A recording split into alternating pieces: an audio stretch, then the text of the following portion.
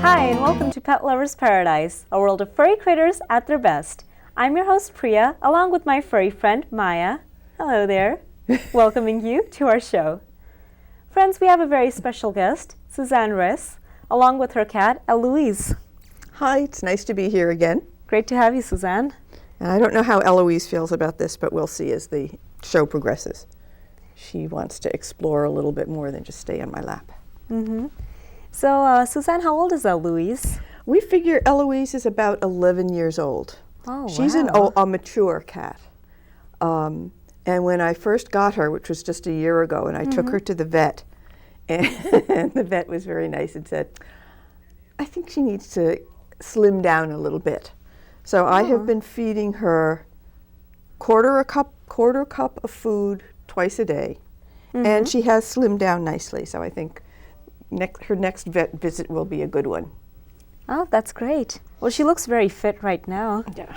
I also switched to a more natural food that has less filler and is more protein.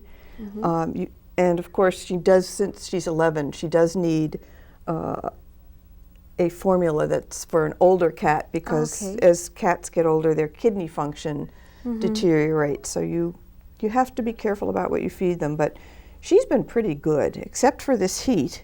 Oh, yeah, I can see she's shedding a lot. Yeah, which of course is par for the course. I brushed her and took about a wastebasket worth of fur off of her, which is bigger than she is. So this weather is sort of hard on cats. So if you've got one of those little slicker brushes, I think it makes them very happy. Great. Yeah. And so about the food, what brand do you feed her now? I think it's called Blue Diamond. Is it like in one of those organic foods that you get? Yeah, they say they're holistic. And it's but they have the different formulas, and not to get too personal, but her litter box is a lot less offensive also. When the better the quality food, the less offensive the litter box. And I've had Fiona, my other cat, on the same diet, and she seems to be perfectly happy. And also, since I was calling her my chunky clunky, she also seems to be slimming down a little bit. That's great. Yeah. Yes, I do remember Fiona. She was on our show as well, like a year ago. Fiona is an orange tabby Just like that I Maya. also adopted. When Eloise came in, Fiona was our alpha cat, which means she was queen. Yes. And Fiona, in her previous household, had been queen. So I've been going through kitty wars because neither one wanted to back off. Oh, no. And every once in a while, they'd run through the apartment, yowling and chasing each other. They never really hurt each other, but I did find a lot of tufts of cat hair around occasionally. Ouch. And then finally, I think Eloise just said, I'm not participating in this sort of undignified behavior, and just stopped running for the most part. And they now both sleep on the bed. That's nice. And they'll both sit with me when I'm sitting at home knitting or whatever. Or they trade places. If one of them's on my lap, the other one will wait. Then when one gets down, the other one gets up.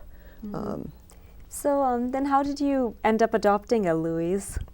My neighbor across the street had to move out of state, across country actually, and felt she really could not take, she had two cats, Eloise and a much younger cat.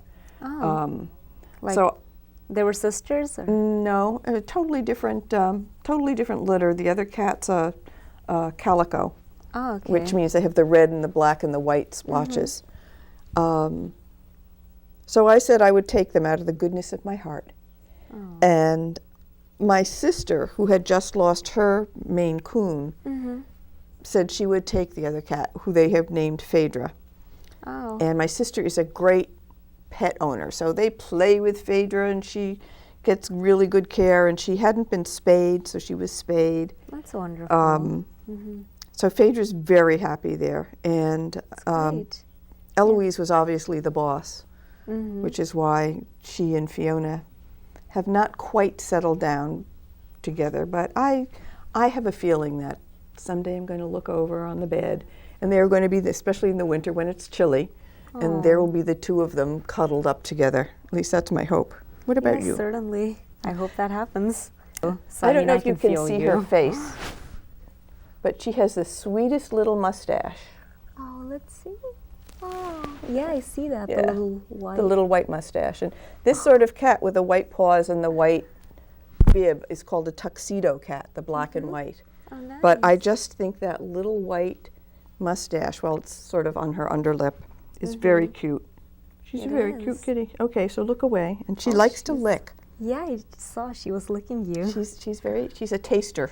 Oh. Is that her way of showing that she's friendly? Yeah, I think so. Like the way dogs do. Yeah. Cool. Yeah. Eloise. Can I pet her? Oh, of course. Eloise. No, Maya, it's all right. Maya's saying, you're touching another cat. Yes, she's queen bee in my house. We also have another cat, Greya, who's a feral cat that we rescued. But Maya's 9 and I've owned her for 5 years, so. Yeah. Yep, she knows she's boss. Talking of feral cats, I don't know if you can see this or not. Ugh. But Eloise has what's called a feral pouch, which is like a little flap of skin on their tummy. And a lot of cats have this. And it doesn't mean that they're overweight. It's actually a configuration a genetic configuration that some cats have. It has its own special name. It's called a feral pouch. Oh, okay. Maybe because as a feral cat, it could store extra food. But there's certain breeds, like the Bengal cats, that actually have the feral pouch as part of their breed description. So it's not that you've had a fat cat that suddenly slimmed down. It's just that's part of their kitty makeup. Oh, is they have that little flap, and then they'll run, and you'll see this flap going. It's that's fascinating. Wonder very funny. No, Maya is a little chunky too. I don't know if it's a feral pouch or not. If she runs and something's flapping in the wind, then it's a feral pouch. But if it's not, then maybe she's just a little chunky. So Suzanne, why did you choose to adopt an older cat rather than a kitten for Fiona? Well, I didn't adopt the cat for Fiona. I adopted the cat to sort of rescue it. I sort of prefer older cats because kittens have such a high energy level that I love kittens. When I used to breed cats, and I loved when I had a litter of kittens to play with, but their energy level and their ability to get into, onto, over, under, around, and through anything can be very trying. I believe you. I've had kittens as a child also. I also It felt was a lot of fun. when I had adopted Fiona, she had just had a litter of kittens, and was sort of like, okay, I'm tired of being a mom.